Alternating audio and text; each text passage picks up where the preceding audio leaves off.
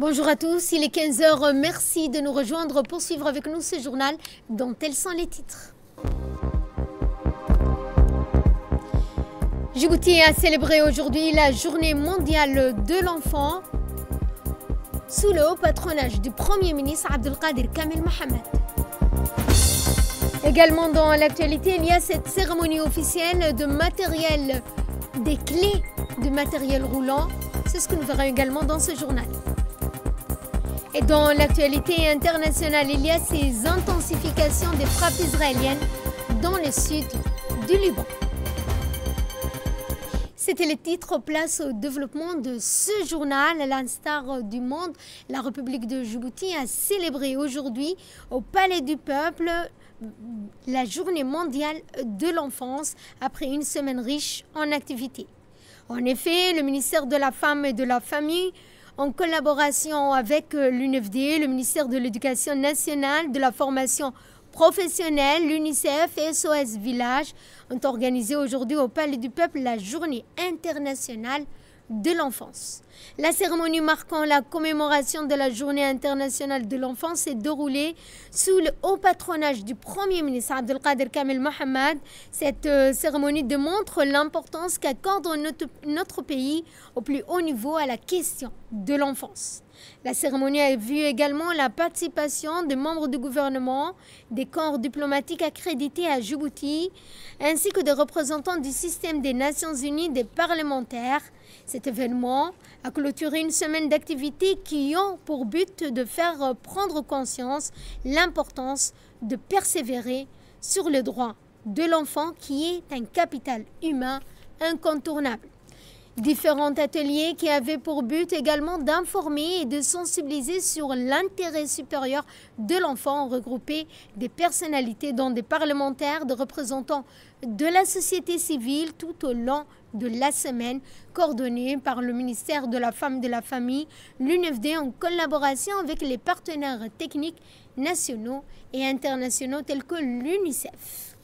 Et entamant la série des interventions, nous vous proposons tout d'abord de suivre le discours de la représentante de l'UNICEF. Cette journée nous rappelle les progrès accomplis, mais aussi les défis persistants pour garantir que chaque enfant, sans distinction, puisse jouir pleinement de ses droits.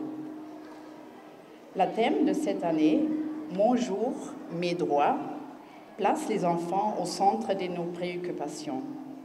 Il nous invite à reconnaître leur rôle, leur voix et leur capacité à contribuer à la société. C'est leur journée, mais surtout leurs droits. Il est de notre responsabilité de les protéger, de les écouter et de les promouvoir. À Djibouti, des avances importantes ont été réalisées et je félicite le gouvernement de Djibouti à ça. Le pays a renforcé l'accès à l'éducation, amélioré les services de la santé maternelle et infantile, développé les programmes de nutrition et renforcé le système de protection de l'enfance, ainsi que la coordination des actions au niveau local, régional et national. Poursuivant bien les discours, la ministre de la Femme et de la Famille, Mme Mouna Ousmane Aden, n'a pas manqué de rappeler l'importance que revêt ce jour pour chaque enfant. En ce 20 novembre 2025, nous célébrons la semaine dédiée à l'enfant avec un double devoir, souligner les progrès accomplis et tracer ensemble la voie audacieuse pour relever les défis qui se posent aux enfants djiboutiens. Ayant une pensée particulière pour les enfants se trouvant dans les pays en situation de conflit. La République de Djibouti, à l'instar de tous les pays du monde signataires de la Convention des droits de l'enfant et de la Charte africaine des droits de l'enfant, a fait de la protection de l'enfance une priorité constante, affirmée au plus haut niveau de l'État, portée personnellement par son Excellence M. Ismaël Omar Guelleh, président de la République. Des nouvelles lois et d'importants investissements en matière de soins, de sécurité alimentaire, d'éducation, de formation ont été réalisés. Derrière ces progrès, il y a des acteurs dont le rôle est fondamental. Aux côtés du ministère de la Femme et de la Famille, il y a un rôle que jouent l'ensemble des départements ministériels présents ici aujourd'hui, mais qui composent le gouvernement, qui pour s'occuper de la protection, l'éducation, l'épanouissement des enfants, mais non seulement, qui n'est pas seulement une promesse, mais une réalité quotidienne sur tout le territoire national. Également, nous saluons le rôle pionnier et indispensable de l'Union nationale des femmes djiboutiennes, présidée par la première dame, Mme Khadra Mahmoud Haïd, qui, aux côtés du ministère de la Femme, assure la concrétisation sur le terrain de toutes les stratégies et plans de travail. Leur présence auprès des familles et dans les communautés est la preuve que notre engagement ne reste pas lettre morte. Il se traduit par des actions de soutien, d'éducation, de sensibilisation qui touchent directement la vie de nos enfants. Nous exprimons aussi un remerciement profond à l'ensemble de nos partenaires techniques et financiers, et particulièrement l'UNICEF, qui est donc le partenaire clé qui travaille auprès de nous pour le soutien technique et financier, l'expertise précieuse et garantissent des actions basées sur des meilleures pratiques mondiales pour la protection et la promotion des droits de l'enfant. Et clôturant la série des interventions, le Premier ministre Abdelkader Kamel Mohamed n'a pas manqué de rappeler la symbolique de cette journée pour le droit et la reconnaissance de chaque enfant. Mes chers enfants, nous nous réunissons comme chaque année pour célébrer cette journée spéciale, la Journée internationale de l'enfance, qui vient de clôturer la semaine nationale et ses multiples activités menées conjointement par le ministre de la Femme et de la Famille et de l'UNFD. Enfants du monde et chers enfants de Djibouti, cette journée vous est dédiée afin de sensibiliser le public à vos droits, à vos besoins et surtout de rappeler à tous combien il est important pour vous d'assurer votre éducation, votre protection et un avenir meilleur. Les droits de l'enfant sont universels, inaliénables. Ils sont inscrits dans la Convention internationale des droits de l'enfant, adoptée par l'ONU en 1989, et la Charte africaine des droits de l'enfant, auquel notre pays a pleinement adhéré. Notre pays connaît dans ces domaines des avancées notables, comme viennent de nous le rappeler les intervenants qui m'ont précédé. Notre pays est amplement fier d'être parmi les nations qui placent les droits de l'enfant au plus haut niveau des priorités grâce à la ferme volonté du chef de l'État. Je salue au passage l'élection de nouveaux membres du Parlement des enfants à l'Assemblée nationale. À travers cette institution, Djibouti réaffirme que la parole de l'enfant n'est pas accessoire. Elle est absolument essentielle à la construction d'un avenir plus juste, inclusif et harmonieux. Également dans l'actualité, l'Institut de sciences de la vie et du CERD, en collaboration avec le laboratoire des sciences de l'environnement marin, le NARD, de l'Institut universitaire européen de la mer, Université de Bretagne occidentale Brest, a organisé aujourd'hui une conférence scientifique d'envergure dans la salle de conférence du CERD, placée sous le thème exploration et valorisation marine du golfe de Tadjoura, focus sur le macro-algues, les éponges. Cette rencontre avait pour objectif de présenter les résultats d'une étude approfondie sur l'écosystème marin djiboutien, en particulier la richesse biologique des macro-algues et éponges, des ressources clés pour la recherche et le développement durable. La cérémonie a été présidée par le ministre de l'Enseignement supérieur et de la Recherche, Dr Nabil Mohamed, en présence du directeur général du CERD, Dr Jalaluddin Mohamed, du directeur de l'Institut des sciences de la vie, Dr Abdurrahman Dahir. Plusieurs scientifiques, chercheurs, étudiants d'universités djiboutiennes ont également pris part à cet événement. Cette biodiversité marine, notamment les macroalgues et les éponges, surtout en complétant l'aspect saisonnier et de voir les espèces qui n'ont pas pu être observées à la saison chaude de l'année dernière et cette année pour compléter par bien sûr un inventaire en saison fraîche. Le résultat escompté de ce projet, Monsieur le ministre, si vous permettez, c'est de disposer un inventaire géoréférencé de ces macroalgues et des éponges de Djibouti. Et tout ça sera enregistré dans une base de données qui sera consultable par l'ensemble de la communauté universitaire et chercheurs et l'ensemble, bien sûr, des cadres des ministères, des départements techniques. Cette base de données, bien sûr, aura une instance ouverte au niveau du CERD.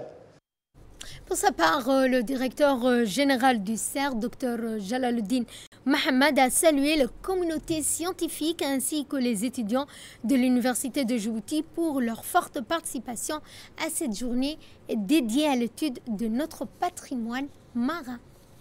Caractéristiques physico-chimiques et la biodiversité, il joue pour nous en République du Djibouti vraiment un rôle essentiel du point de vue de la sécurité alimentaire et de la préservation des écosystèmes. Cette rencontre est l'opportunité de se faire se rencontrer des personnes d'horizons très divers, des jeunes, des moins jeunes, mais des spécialistes et des sociologues, des gens qui interviennent dans les professions de ces environnements marins, pour la pêche par exemple. On parle d'aquaculture depuis des années, mais on n'a pas encore franchi le pas véritablement, par exemple. Donc c'est un des enjeux essentiels qui va jouer certainement un aspect important dans le futur du développement de la recherche dans ce domaine pour s'assurer que ces techniques puissent être effectivement développées à Djibouti. De son côté, le ministre de l'Enseignement supérieur et de la Recherche, Dr Nabil Mohamed, a remercié les chercheurs djiboutiens, mais aussi leurs partenaires du laboratoire LENAR pour leur contribution essentielle à la connaissance et à la préservation de l'écosystème marin, pilier fondamental du développement durable. Cet atelier répond ainsi, et vous l'avez déjà dit, mais je vais le mentionner pour insister, il présente plusieurs ambitions. Explorer, inventorier, cartographier les macro-algues et les éponges afin d'évaluer leur diversité spécifique et leur application potentielle dans les domaines alimentaires, pharmaceutiques, cosmétiques et agronomiques. Renforcer la capacité scientifique, vous avez parlé de 3 docteurs, nous souhaitons en avoir beaucoup plus, nationale en taxonomie, biologie, marine et bioprospection. Promouvoir la recherche appliquée et l'innovation autour de ces ressources marines, stimuler des synergies entre les institutions, non seulement de recherche, mais également toutes les institutions qui ont cette volonté de contribuer à la promotion de ces ressources. Et surtout, poser les bases d'une stratégie de valorisation durable, respectueuse des écosystèmes et créatrice d'opportunités économiques pour notre jeunesse. Je tiens à saluer l'engagement des scientifiques ici présents, chercheurs et techniciens. Vos contributions sont essentielles pour promouvoir la recherche marine et côtière au service du développement durable, tout en créant chez nos étudiants un intérêt pour ce domaine. Mesdames et messieurs, cet atelier marque une étape importante. Je souhaite qu'elle ne soit pas la dernière dans notre volonté de mieux connaître, protéger, valoriser notre patrimoine naturel. Et nous interrompons quelques instants de la prière d'Al-Asr et nous allons en Inde où le ministre de l'Énergie, Younis Ali Ghedi, à la tête d'une importante délégation, a entamé à Mumbai, capitale financière de l'Inde, une mission de travail de plusieurs jours. La mission de travail du ministre en Inde s'inscrit en effet dans un contexte marqué par la volonté des autorités des 2 pays de développer et de renforcer davantage les relations d'amitié et de coopération. Le ministre a tour à tour eu des réunions de travail avec les dirigeants des groupes indiens consacrés à la prospection des investissements productifs dans les secteurs énergétiques, miniers, pétro-gaziers en particulier. Retour à Djibouti, je vous le disais dans les titres, une cérémonie officielle de remise de clés de matériel roulant du projet HDMI, Horn of Africa Digital Market Integration, s'est tenue ce matin en présence du ministre de la Communication, chargé des postes et des télécommunications, du directeur général de la Poste de Djibouti, du secrétaire exécutif de l'IGAD. Cet événement marque le lancement l'implémentation opérationnelle de ce projet structurant financé par la Banque africaine de développement et piloté par l'IGAD.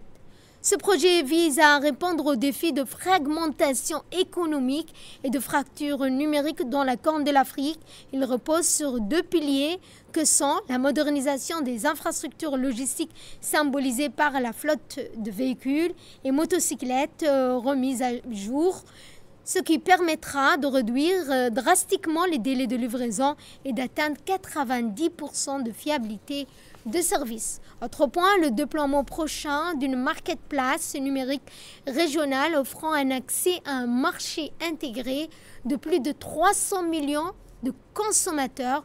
La Poste de Djibouti, opérateur clé de transformation vers une nouvelle ère de connectivité et de croissance partagée. À cet effet, le directeur général de la Poste a indiqué que ce projet a pour objectif de moderniser la logistique, mais également de créer une place de marché numérique régional pour favoriser l'intégration économique numérique de la Corne de l'Afrique. Je voudrais adresser mes remerciements respectueux à son Excellence le secrétaire exécutif de l'IGAD, dont la présence ce jour souligne l'importance institutionnelle du projet que nous portons aujourd'hui.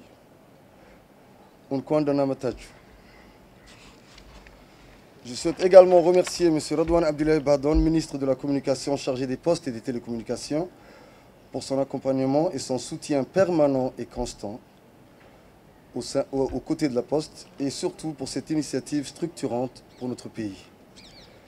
J'adresse ensuite mes remerciements à la Banque africaine de développement, dont l'appui technique et financier constitue le socle même de cette initiative. Et parce que derrière les institutions, il y a des personnes qui s'engagent, je tiens à remercier chaleureusement, malgré son absence, M. Samatar Omar Elmi, chef du programme digital pour la région Afrique de l'Est au sein de la BAD. Son implication, sa disponibilité et sa vision opérationnelle ont joué un rôle essentiel dans l'avancement de ce projet. Permettez-moi de vous rappeler qu'au-delà de nos ambitions futures, Djibouti occupe déjà une place avancée dans le domaine du e-commerce régional. Nous sommes le premier pays d'Afrique de l'Est à avoir établi un partenariat structuré, solide et fonctionnel avec Amazon, à travers une collaboration avec Madagascar. Grâce à cette initiative, les Djiboutiens peuvent commander directement sur Amazon sans passer par des intermédiaires, sans passer par des plateformes qui ne sont pas officielles et sans contraintes supplémentaires. C'est une avancée majeure, un avantage concurrentiel réel et surtout une innovation dont on peut être fier. Nous entendons poursuivre ce rôle de pionnier et de leader aux côtés de notre grand voisin et partenaire stratégique, l'Éthiopie, ainsi qu'avec les autres pays de la région. Ce projet illustre parfaitement la complémentarité entre nos institutions, avec la BAD qui structure et finance, l'IGAD qui coordonne et accompagne la vision régionale, le ministère de tutelle qui encadre et soutient, et la Poste de Djibouti qui met en œuvre et modernise ses services au bénéfice de tous.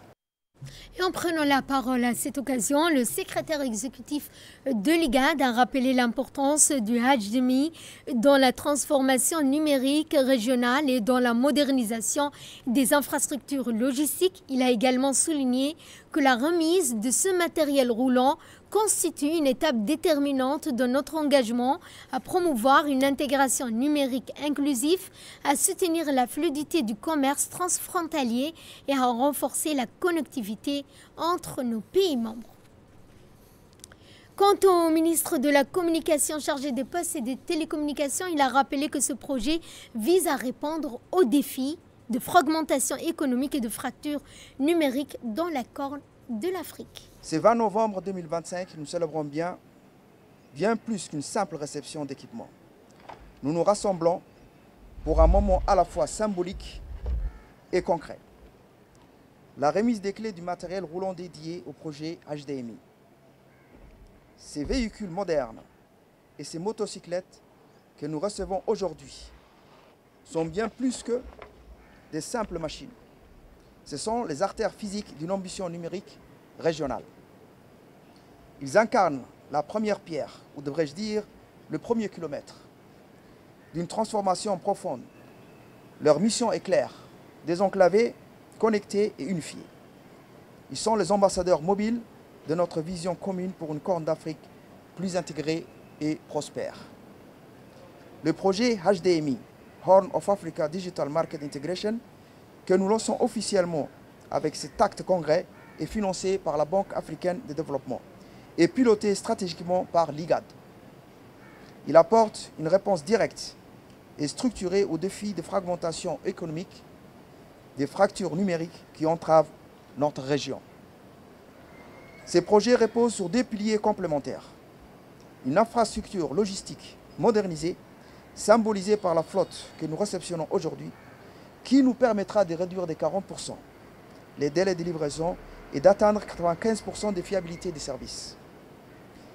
Une marketplace numérique régionale qui ouvrira l'accès à un marché de 300 millions de consommateurs permettant à nos artisans, commerçants et jeunes entrepreneurs de vendre dans toute la région. Mais une vision aussi grande soit-elle a besoin de bras pour se concrétiser. C'est pourquoi je veux souligner avec force le rôle pivot que jouera la Poste de Djibouti au-delà de son statut de récipiendaire de ces matériels. La Poste est l'opérateur clé chargé de l'exécution opérationnelle de ces projets. Place cette fois à cette série de réactions.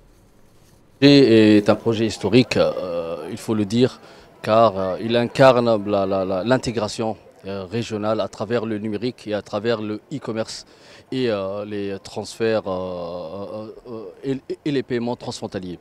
Je tiens tout d'abord à féliciter la Poste de Djibouti, bien sûr, pour son leadership, son équipe, ainsi que l'ensemble de la team qui a préparé la réception et la mise en place de ce projet. La Poste de Djibouti qui est reconnue pour ses compétences et son expertise afin que ce projet puisse être réalisé.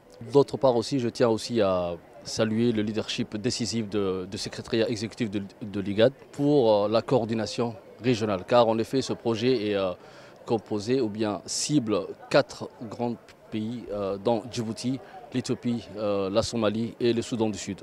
Et je tiens aussi à exprimer que ce projet s'aligne parfaitement avec la vision du chef de l'État, la vision du président de la République et également président en exercice de l'IGAD, son Excellence Al-Hajj Ismaël Omar Guelleh, qui est de faire de Djibouti un hub numérique et logistique, mais aussi qui va renforcer notre position de porte d'entrée digitale de la Corne de l'Afrique.